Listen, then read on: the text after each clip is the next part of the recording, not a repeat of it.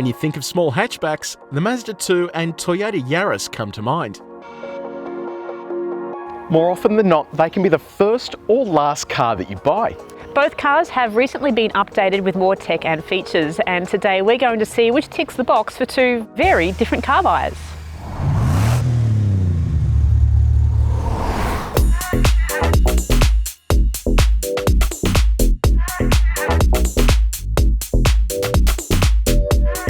To really take on the persona of these buyers, I will become the 18-year-old girl addicted to technology. And I'll be the 70-year-old bloke obsessed with AM radio that gets frustrated by complicated features. I reckon we can start in the Mazda. Well, I just got my license, so I'm driving.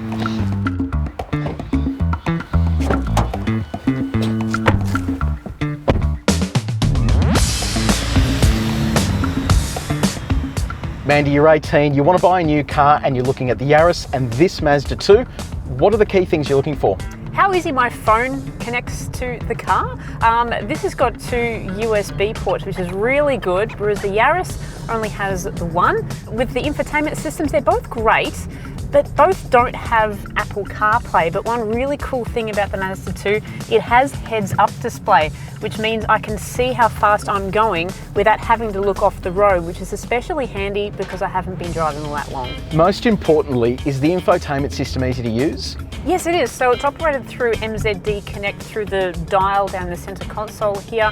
The Toyota Yaris is through a touch screen, and I find it's a little bit hard to operate while you're on the road.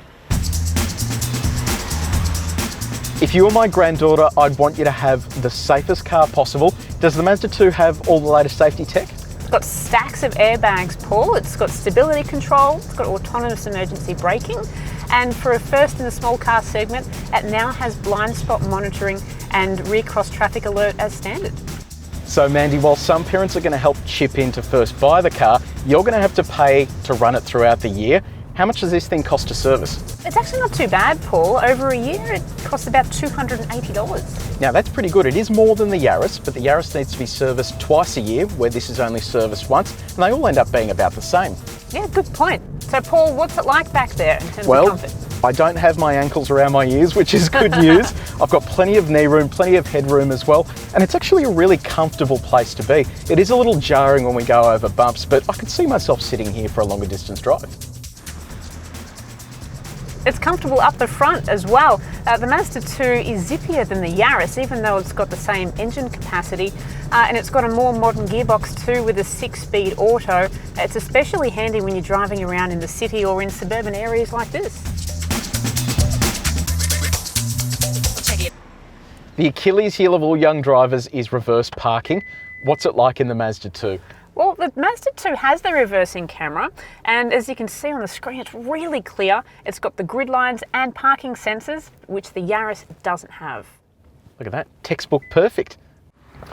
Mandy, boots are important, but even more so in hatchbacks. The Mazda 2 has a 250-litre boot full of, what is that stuff?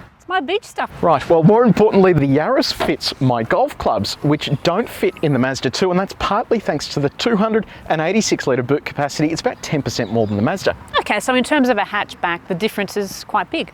Well, Paul, let's hit the road. This time, I'm driving.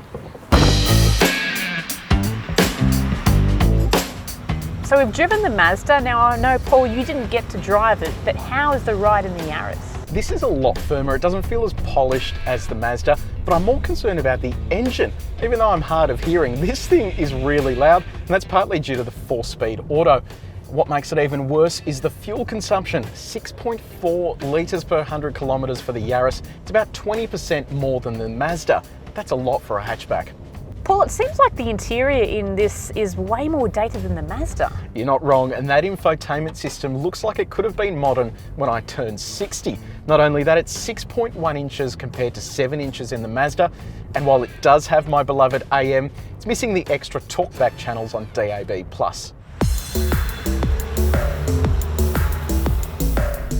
Being my first car, I want it to stand out, Paul. Do you reckon the Yaris does that? You're in luck. It even comes in a hot pink. While colours are important, I think brand desirability sits that one step above. Toyotas are known for being reliable and robust, and I reckon this thing would be no different. We see, Paul, I don't really care about those things. I just want it to look good and impress my friends. And I think the Mazda really does it. It's quite a funky brand. Mandy, you look nice and comfy back there. What's your room situation like? Well, the headroom is really good back here. Knee room, not so much though, but I don't think you'll have any issues in fitting all your golf mates, Paul. Anyway, I think I've made up my mind, so let's head back.